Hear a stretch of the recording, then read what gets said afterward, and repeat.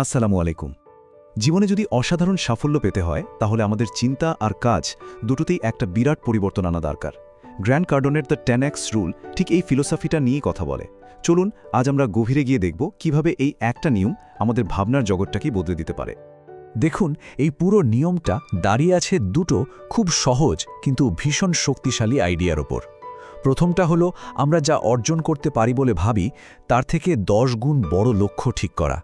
আর দ্বিতীয়টা হলো সেই লক্ষ্যে পৌঁছানোর জন্য যা দরকার বলে মনে হয় তার থেকে 10 গুণ বেশি কাজ করা। মানে বড় চিন্তা আর তার সাথে বিশাল কর্মযোগ্য, এই দুটো মিলেই কিন্তু আসল খেলাটা জমে। তো আজকে আমরা 4টা ধাপে পুরো বিষয়টা বুঝব। প্রথমে দেখব এই নিয়মের মূল ভিত্তিটা কি, তারপর কথা বলবো কিভাবে 10 গুণ বড় লক্ষ্য ঠিক করতে হয় সেটা নিয়ে, এরপর জানব ম্যাসিভ অ্যাকশন বা বিশাল পদক্ষেপ জিনিসটা আসলে কি, আর সবশেষে এমন একটা মানসিকতা নিয়ে আলোচনা করব যা আপনাকে কোনো অবস্থাতেই হারতে দেবে না। আচ্ছা, প্রথমেই যে প্রশ্নটা আসে, বেশিরভাগ মানুষ আসলে ব্যর্থ হয় কেন? 10x রুল বলছে সমস্যাটা বড় লক্ষ্যে গিয়ে হেরে যাওয়া নয়, আসল সমস্যা হলো শুরুতেই লক্ষ্যটা বড্ড ছোট করে ফেলা। এই একটা কথাই কিন্তু পুরো আইডিয়ার আসল জায়গাটা ধরিয়ে দেয়। মানুষ উঁচু লক্ষ্য স্থির করে ব্যর্থ হয় না, বরং তারা ছোটখাটো একটা লক্ষ্য পূরণ করেই ভাবে ব্যাস হয়ে গেছে। আর ঠিক ওই জায়গাতেই তাদের আসল পটেনশিয়ালটা আটকে যায়।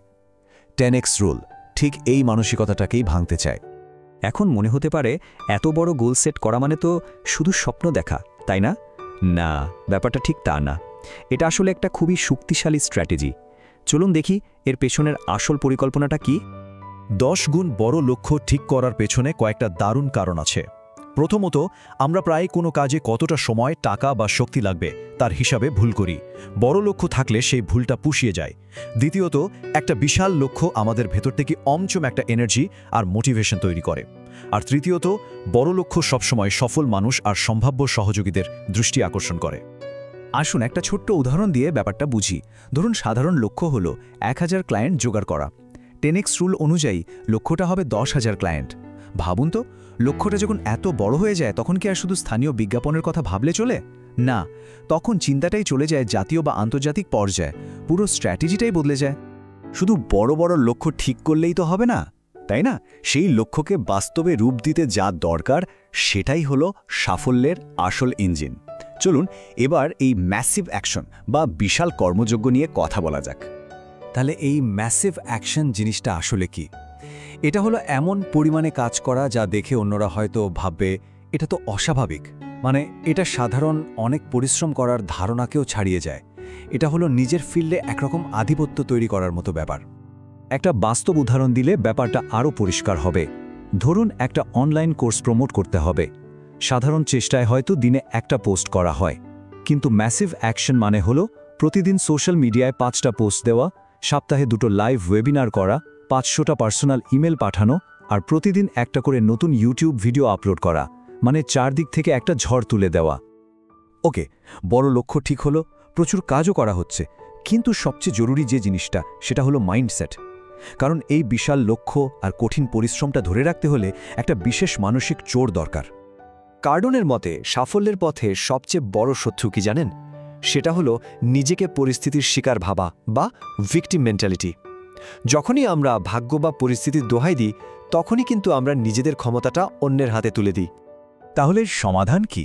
খুব সহজ, 100 ভাগ দায়িত্ব নিয়ে নেওয়া জীবনের সব ভালো মন্দের। যখনই আমরা সবকিছুর দায়িত্ব নিই তখনই ফলাফল বদলানোর ক্ষমতাটা আবার আমাদের হাতেই চলে আসে। কিন্তু একটা প্রশ্ন তো থেকেই যায়, ব্যর্থতার কি হবে? এত বড় পদক্ষেপ নিতে গেলে তো ব্যর্থতা আসবেই, তাই না? চলুন দেখি 10x রুল ব্যর্থতাকে কোন চোখে দেখে। ধরুন 100টা প্রস্তাব পাঠানো হলো আর তার মধ্যে 90টাই বাতিল হয়ে গেল। প্রথম দেখায় এটাকে একটা বিরাট ব্যর্থতা মনে হতে পারে, কিন্তু আসল ব্যাপারটা হলো ওই যে 10টা সফল হলো তার মূল্য হয়তো ওই 90টা ব্যর্থতার চেয়ে অনেক অনেক বেশি। বিশাল পদক্ষেপ নেওয়ার কারণেই এই বিপুল পরিমাণ ব্যর্থতা সামলে নেওয়া সম্ভব হয়। তার মানে 10x নিয়মে ব্যর্থতা কোনো শেষ কথা না, বরং প্রত্যেকটা ব্যর্থতা হলো শেখার একটা সুযোগ। এক একটা না আমাদের শেখায় কিভাবে পরের বার আরও ভালোভাবে চেষ্টা করতে হবে। ব্যর্থতা এখানে উন্নতির জ্বালানি হিসেবে কাজ করে। শেষ পর্যন্ত এই একটা কথাই হয়তো পুরো দর্শনটাকে এক লাইনে বলে দেয়। যদি এমন কিছু করতে হয় যা আগে কেউ করেনি, তবে এমন কিছু করে দেখাতে হবে যা আগে কেউ করেনি। এটাই হলো 10x নিয়মের মূল মন্ত্র। তো এবার ভাবার পালা, আমাদের জীবনের কোন লক্ষ্যটির জন্য এই 10 গুণ পদক্ষেপটা নেওয়া দরকার। কারণ একটা কথা মনে রাখতে হবে, সাধারণ চেষ্টা শুধু সাধারণ ফলাফলই এনে দেয়। অসাধারণ কিছু পেতে হলে চেষ্টাকেও অসাধারণ হতে হবে।